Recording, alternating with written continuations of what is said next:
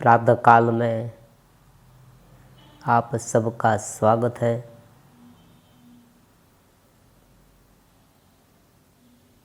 आपका विकास हो इसलिए हम निरंतर प्रयास करते रहते हैं। आज का युवान एक दुविधा में फंसा हुआ है। उनके पास दो मार्ग हैं, एक है मटेरियल्स और दूसरा है अध्यात्म। अध्यात्म से मटेरियल्स में जो अलग अलग प्रकार के प्रॉब्लम्स है उनके समाधान मिल सकते हैं। हमारी जो चेतना है वो कहीं पर फंस गई है। फंसी हुई चेतना पूर्ण रूप से आनंद नहीं दे सकती, मतलब हमें पूर्ण रूप से आनंद नहीं मिलता, उत्साह नहीं मिलता, हम थक जाते हैं, कोई न कोई विषय में उलझे उलझे रहते हैं, कार्य में पूरी तरह से संतोष नहीं मिलता, बहुत कुछ पास में है फिर भी उनका कोई आनंद नहीं।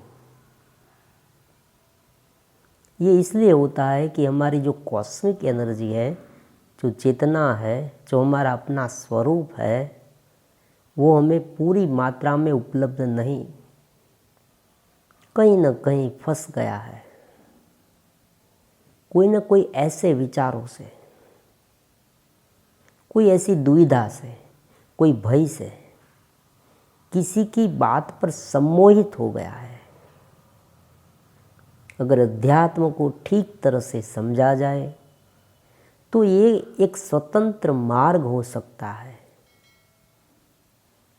आजकल के बहुत अलग अलग प्रकार के मोटिवेशनल स्पीकर है, मनोवैज्ञानिक है, वो अलग अलग मार्ग दिखाते हैं आगे बढ़ने के लिए, जीवन में सफल होने के लिए। जीवन की वास्तविक सफलता क्या है? केवल वस्तुएं एकत्रित करना यही सफलता नहीं है, ये बात हमें समझ लेनी चाहिए। वस्तु के साथ साथ हमें प्रसन्नता भी मिलनी चाहिए और एक शांति और आनंद भी मिलना चाहिए। परस्पर स्नेह ये भी महत्वपूर्ण है।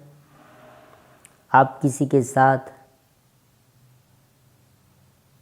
बैठ भी नहीं सकते, किसी के साथ अच्छा व्यवहार भी नहीं कर सकते, परस्पर द्वेष युक्त, कलेश युक्त वातावरण है, तो इसमें आपके पास बहुत कुछ है तो उनका क्या मतलब? उस जीवन का कोई अर्थ नहीं कि हम किसी को काम ना आए, क्योंकि प्रकृति का मेन जो नियम है ना, रूल्स, वो किसी को देना है। पेड़ है, पौधे हैं, वो फल पुष्प किसी को देते हैं। जब हम कुछ न कुछ वस्तुएं बांटते हैं, वो ज्ञान हो, वस्तु हो या कुछ भी हो सकता है, तब हमें एक आनंद मिलता है। क्यों? क्योंकि उस समय हमारी चेतना विशाल बनती है। ये सारे प्रिंसिपल अध्यात्म में छिपे हुए हैं, लेकिन जरा ठहरे। ये सब आपको तभी मिल सकता है जब अध्यात्म का आप ठीक तरह से समझे। अगर अध्यात्म को ठीक तरह से नहीं समझेंगे तो क्या होगा? अंधश्रद्धा, अकर्मण्यता, निष्क्रियता, केवल मुझे कुछ नहीं करना, मैं थक जाता हूँ करते करते, इसलिए मैं आध्यात्मिक बनना चाहता हूँ, या केवल एक प्रकार से दिखावा, बीच में से कुछ ले लेना, मतलब कोई भी मेहनत नहीं करनी।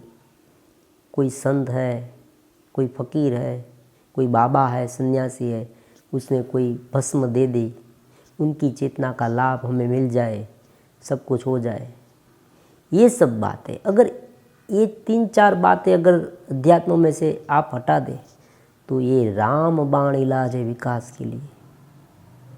ये आपको सफल भी बनाएगा और साथ में आनंद भी देगा, दोनों इसमें समाविष्ट है। केवल मटेरियल्स में आप सफल होगे, आपके पास बहुत कुछ होगा, लेकिन अंतिम स्टेज पर आप में जो शांति पनपनी चाहिए ना, आनंद पनपना चाहिए, वो नहीं मिलेगा। उनके लिए अंत में आपको अध्यात्म के पास आना पड़ेगा। क्यों? उनका भी मैं एक रहस्यमय डीप रीज़न बताऊंगा इसी चैनल में।